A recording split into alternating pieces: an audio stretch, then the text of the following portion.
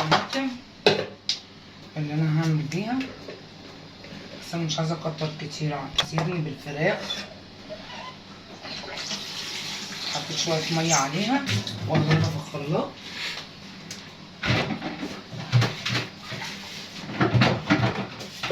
كمان شويه بسله كده سويت، كان عندي بقيه العكاوي سويتها،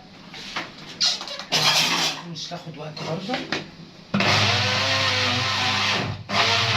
ضربتها انزل عليها بقى كده يعني، اصفيها. انا بحب اعمل بايديا، ما بحبش البس جوانتي او حاجه في ايديا. انا بحب اعمل كل حاجه بايديا. في ناس بقى يلبسوا جوانتي الكلام ده، انا ماليش في الجوانتي. مش عارفك يا عم الا بغسلها قوي بس الطماطم دي، عشان الطماطم اصلا اليومين دول مش حامله خالص. بس كده هعمل بقى ايه دلوقتي؟ بس الخلاط ده معايا بقى، انا مقطعه جزرتين. هرص الجزر الاول في ده. الجزر بيديها طعم كده، بيخليها معسله وبيخليها جميله. وحاطه شويه شطه عشان بحبها حراقه. وهنزل بقى بالبطاطس. انا لو الطواجن عامله فيها رز معمر، لو كانت طواجن فاضيه كنت عملت فيها، بس انا الطواجن عامله فيها رز معمر الطاجين، عشان عامله صينيه ليا وصينيه لاختي. عشان كده بقى ايه، ما كانش عندي طواجن تاني صراحه. وكان عندي شويه شوربه حلوين كده بتوع العكاوي، هحطهم برضو. دي نص فرخه اهي. والرجول الفراخ دي انا ما برميهاش. عاملين عليها ترند دلوقتي. لا والله. والله. وهنزل بقى بالشوربه بتاعتنا اهي، شوربه العكاوي.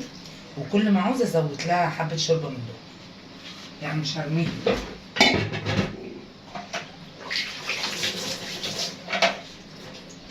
هعلق عليها بقى، هعلق عليها عشان تغلي. ودي معايا نص فرخه كده، انا كنت يعتبر صلى على النبي كنت متبلاها وهنا في التلاجة عشان تشرب التتبيله. وده الرز المعمر اهو اتشرب. هحط بقى عليه السمنه البلدي، هجيب السمنه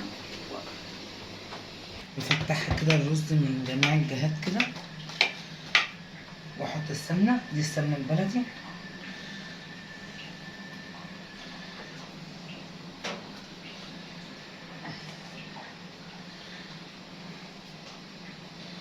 دي سمنه بلدي برضه. بس كفايه سمنه برضك. بس كده هدخلها الفرن. دي بقى نقلت التانية الناحية دي. دي بقى ايه، انا عايزة بس السمنة تسيح وتاخد والرز يستوي، يبقى فيه تكة كده بسيطة. البسلة اخد شوية مية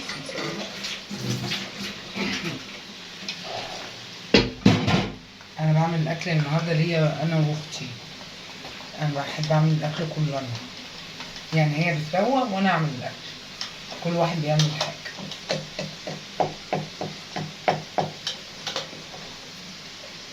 ان شاء الله كده لو خرجت النهارده هجيب شويه خضار، واجيب شويه طماطم من الفريزر، لان الطماطم دي مش عاجباني اصلا بيضه خالص. انا كده هعصر الطماطم ومعلقها على البصل اهي، عشان انا عايزاها تدبل، بس ما بحبهاش متحمره قوي. وبحط شعر السكر في البصله. ليه بقى؟ عشان ما تعملش الاكل، ما يعملش حرقان على السكر.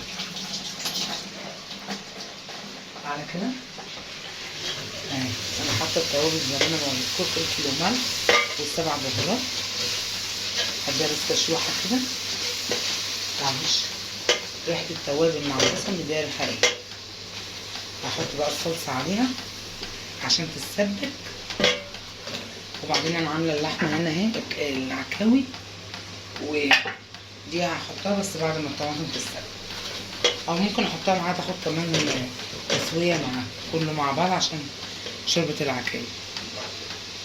هنزل كده اهي بالطماطم. بسم الله الرحمن الرحيم. خليها دلوقتي هنا بالعكاوي بالشوربه. بص الشوربه بسم الله ازاي.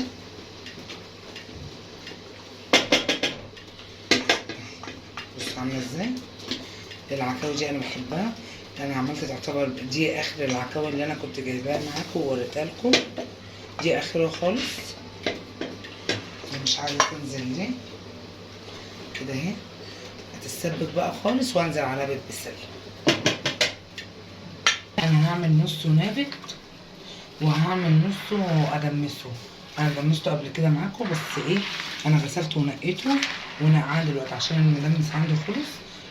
برجع تاني اعمل تاني بقى، كل ما يخلص اعمل تاني. هركنه بقى لاخر النهار كده، يعني لمدة 6-7 ساعات لغاية ما ينفش خالص. ونصه هوريهولكوا وانا بعمله نابت، والنص التاني هعمله اسويه. الفراخ اهي داخلة على السوا اهي، واسيبها كده مواربة. ودي الصلصة تتسبك شوية بس عشان انزل عليها بسلة. ودي نص الفراخ اهي خلاص داخلة على السوا برضه عشان ادخلها الفرن. بوتاجاز باص خالص. عادي عادي، بس افتح بس كده عشان ايه، بس مش عايزاه يفور على الارض. فار كله على البوتاجاز عادي. الرز المعمر اللي استوى معايا. بسم الله الرحمن الرحيم. اللهم صل على النبي. كده استوى والصينية كمان استوت. اللهم صل على النبي. تاني بص عامله ازاي الرز المعمر. احط خالص بقى الفرن عشان بص الرز من الجنب عامل ازاي. بص الرز بسم الله الرحمن الرحيم. تاكلي بقى احلى رز في الطاجن ده، احلى رز ما تعرفوش الريحه. ما شاء الله عليه جميل، ويا رب يعجبكم. ادوقه بقى انا ما شاء الله، كانك عاملاه في فرن فلاحي. في الفرن تاخد ايه تتشوى بقى. انا هسيبها فيها شويه صوص برضه عشان ما تحرقش من تحت. مالكوش دعوه بالرغيف ده ان انا بحب احمصه كده. هسيبها بقى تستوى وتحمر بقى خالص. ننزل بقى البسله. البسله حط الحله وخلاص على طول. وازاي انا عايزه اصفيها عشان مش عايزه ميه جوه، وانا كنت صفيتها في مصفى الاول صح؟ عادي بقى، بس انا غسلاها وحاكم ونضيف. تاكلوا احلى بسله بقى جنب الرز المعمر مع حتتين مخلل والف هنا وشفا. بعمل اكل طول النهار واسيب بقى البوتاجاز ده للاخر خالص يتوسخ براحته. وهي عامله كده وحطيت البسله مع العكاوي. اسيبها تاخد غلوه بقى عشان اوطي عليها. بس انا مدوقها كده اهو. بصوا بقى يعني السكر دي قليله عليها. خلاص اوطي عليها واسيبها بقى كده تستوى. تعالى نشرب الشاي. يلا بس الفراخ نص الفرخه الريح مرت، حطيت عليها حته فحم كده عشان تديها طعم. تبقى ريحه المشوي. انا حطيتها متبله. بص البطاطس لا ده صوص يا ابني، عشان تبقى ايه اللي عايز الصوص ده بيتحط عليه. بص عامله ازاي يا جماعه، دايبه خالص. بص دايبه كده البطاطس بالفراخ.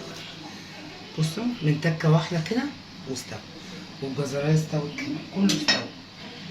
وهعمل ايه بقى،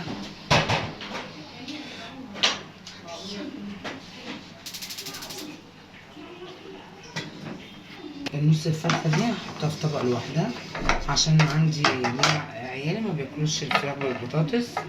وقلت اعمل لهم يبقى مشوي وفي صينيه بطاطس. اللي عاجبه ياكل واللي عايز ياكل يعني براحتهم يعني. بصوا الف هنا وشفا ويا رب تعجبكم. بسله كمان بصوا عامله ازاي، بقت زبده كده ما شاء الله جميله. الصوص بتاعها اهو. الف هنا وشفا ويا رب لو عجبكم فيديو النهارده تعملوا لايك واشتراك على قناه يوميات بيت العيله. بصوا احلى صينيه بسله بالعكاوي.